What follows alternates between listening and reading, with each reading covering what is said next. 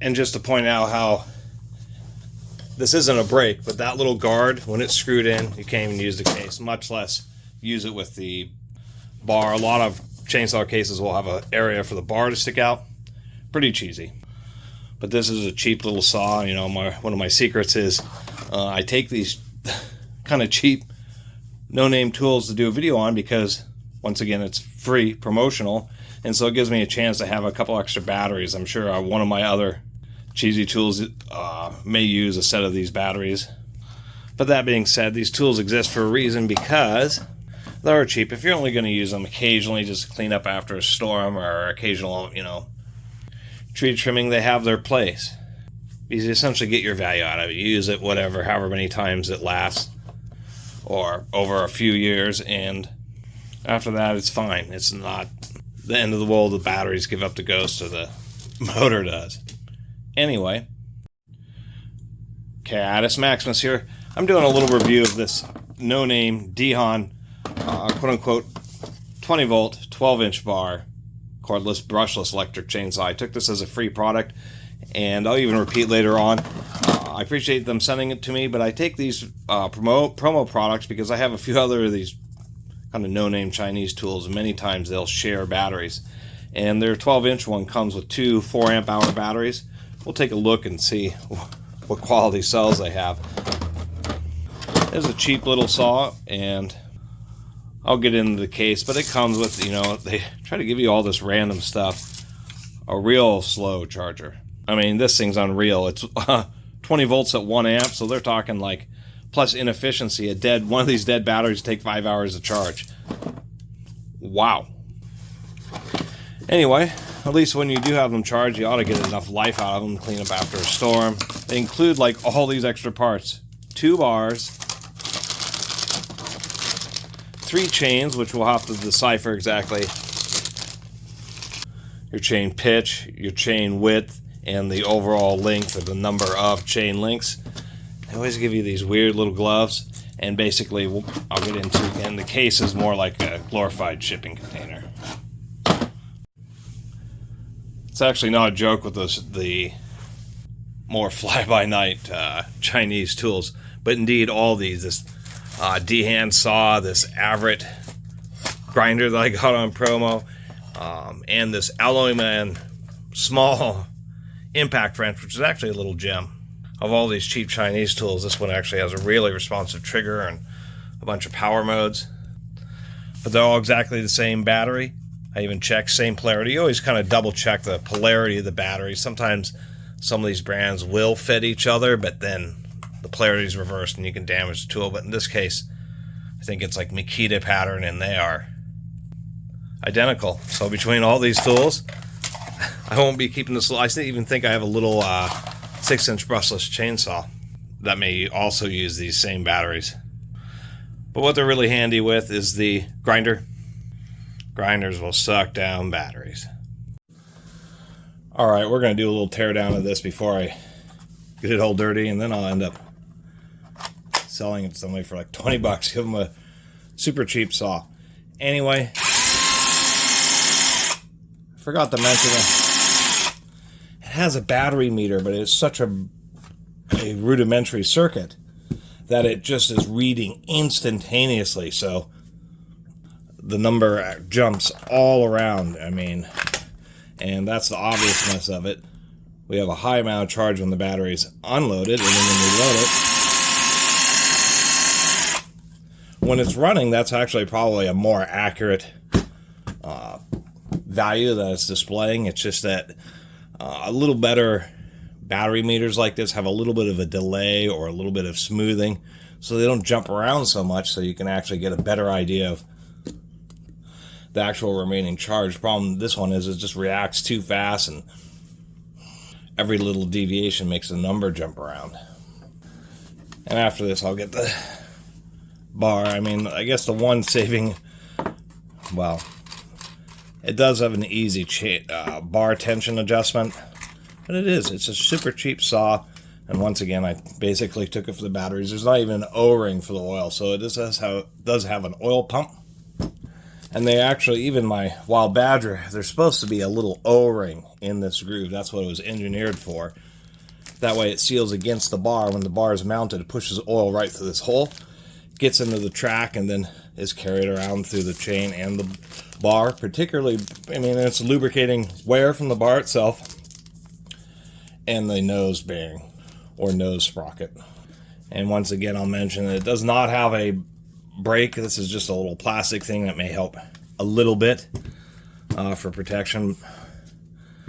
One thing I was going to mention, seems basically almost all these Chinese saws use this 10mm double D, so you can actually find parts for just about any. Those are too big. Meaning the big wear item is going to be, if you actually put enough time on it, it's going to be this drive pulley. And pretty much any drive pulley from any of the Chinese saws will work. There we are. And the deal with these, this is probably one of the more expensive parts because this is a piece of sintered or powdered metal that's been compressed and then baked super hot to get it to solidify. And the advantage to this is allows you to get complex shapes using metals that can get very, very hard. And that's why it's so common to use powdered metal sintering for complex parts like this, because trying to forge or machine, and just a lot of expense when you can basically cast it into a mold, and they just have maybe a touch more brittleness, but overall it's actually pretty well proven. All the cordless gears and cordless drill gears and that type of stuff all use the same type of deal. So anyway,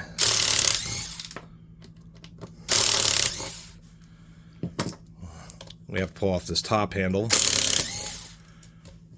So far all the screws are the same size. At least it seems like they're doing, even though the plastic parts are cheap, this case, the screws actually fit in pretty tight.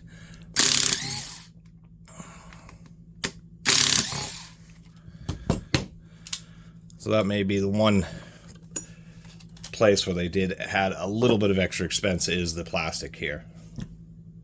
Oh, and back to the oil thing. Since they don't have the O-ring, chainsaws already get greasy and dirty due to the nature of them. But not having an O-ring here means it's just, once you have this filled up, if you have it sitting here like this, it's just going to be constantly oozing out. This is going to soak whatever shelf that it's sitting on. Real shame they didn't at least put some kind of plate here. All below the bar is going to be on these bolts, which just aren't secured very well. And, you know, that's kind of the worst thing about some of these products, is they're just aiming a little bit too low. I mean, they're really just targeting people who literally will only be using something like this on occasion. I think a lot of people will be more satisfied with slightly higher quality products.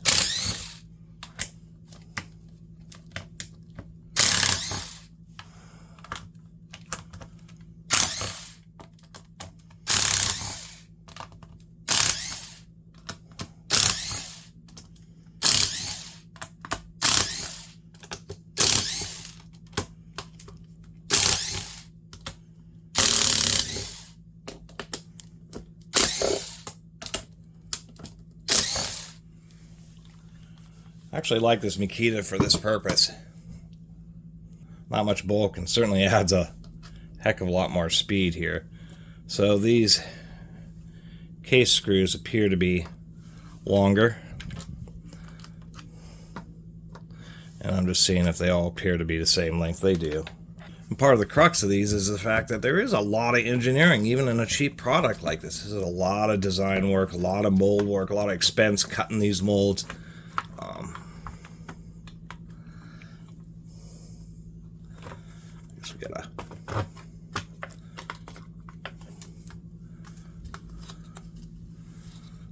So you can technically replace the bolts. I'm surprised they're using 8.8. Those are at least a little stronger. They're not 12.9 in metric. 8.8 metric is about grade 5 in SAE. It is gear reduction. We're always seeing one of the things where it's kind of limited lifespan. that bearing is not rubber sealed, which is really, really disappointing considering that it is a chainsaw. I mean, they're kind of relying on the way the sprocket kind of helps shield the bearing maybe a little bit, but that was an oversight. That's going to cause issues. I mean, that's going to get clogged and ruined pretty quick. Really pretty disappointed to see that. They should at least included a bearing which had one rubber seal. At least they're ball bearings on both sides. We can see something interesting here. See how the spindle on the motor sticks out pretty far, and then it has this machined area? That means that this motor is used on some saw where when it goes into a case, there's actually a little bushing just to help support the motor spindle. These can get pretty weak just because they're pretty small in diameter, and then they have gear teeth cut into them. Under high loads, they can kind of bend and splay over and really causes accelerated gear wear. This has a provision to compensate for that, and they didn't implement it. Ouch. Anyway, we'll take a look at the motor. Pretty simple controller. It's not using aluminum polymer capacitors. Those are just electrolytic. But that's just your little brushless controller. Just hand soldered wires. No hot glue or anything to reduce any kind of fatigue related to vibration.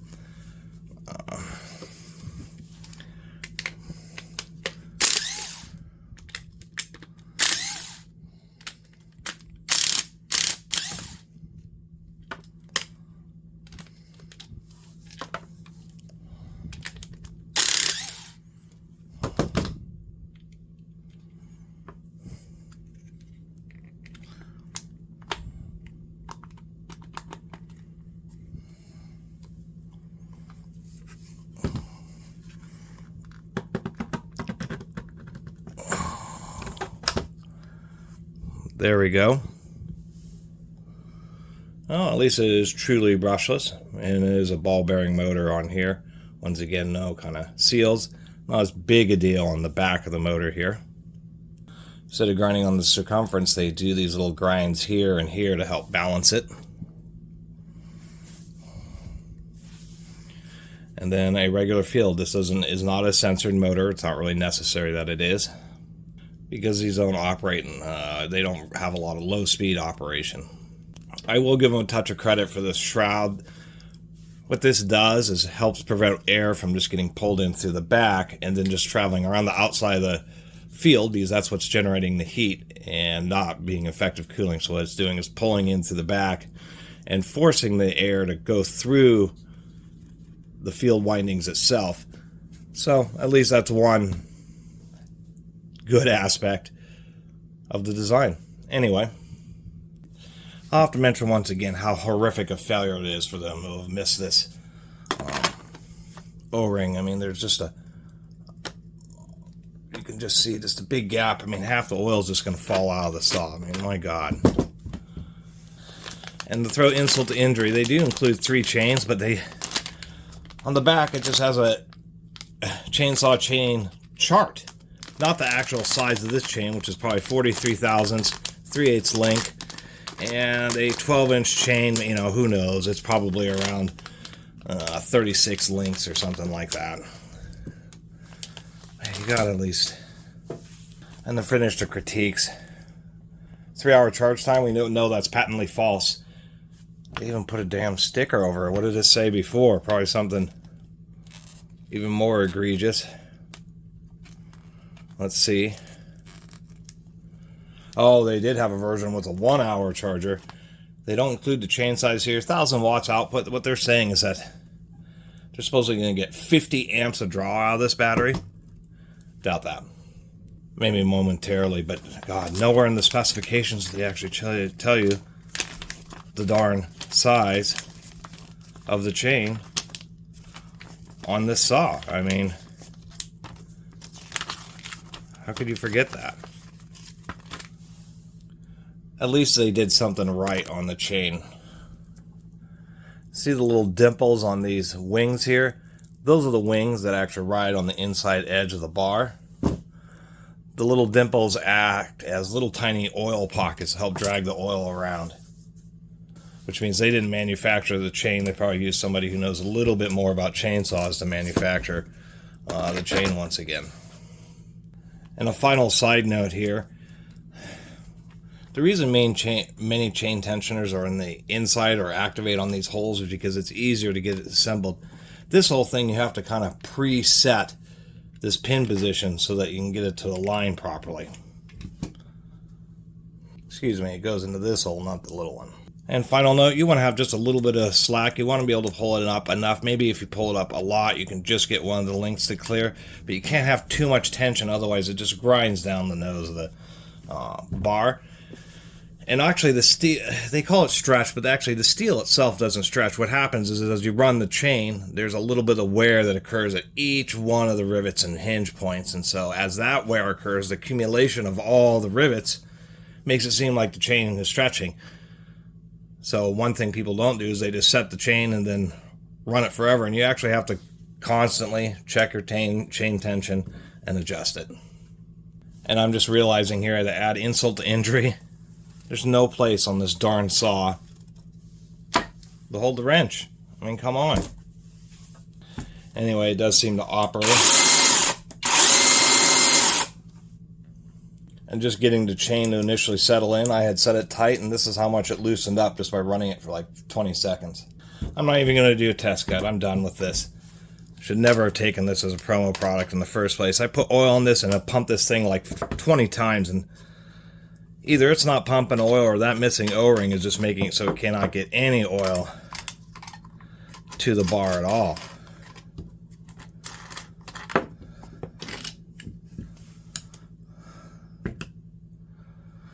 Yeah, I mean, it's trying to get oil there, but it's just ending up getting on everything. I mean, it's running into that gap and then into the... This is a product failure. I'm going to end the video here.